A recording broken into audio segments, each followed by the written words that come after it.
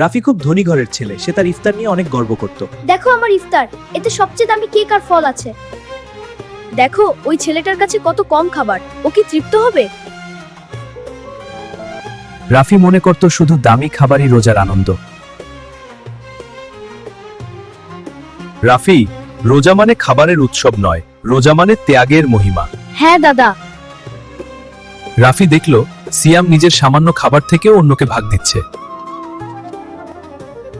আমি এত খাবার নিয়েও অকৃতজ্ঞ, আরো অল্পতেই কত খুশি। রাফি বুঝতে পারল রোজার প্রকৃত শিক্ষা কি। বন্ধু, চলো আমরা আজ একসাথে ইফতার করি। ভাগ করে খাওয়ার মাঝেই লুকিয়ে আছে আসমানি শান্তি। খুব ভালো লাগছে। হ্যাঁ সত্যি। আল্লাহ, আমাকে প্রকৃত রোজাদার হওয়ার তৌফিক দাও। ভিডিওটি ভালো লাগলে অবশ্যই চ্যানেলটি সাবস্ক্রাইব এবং লাইক করে দাও।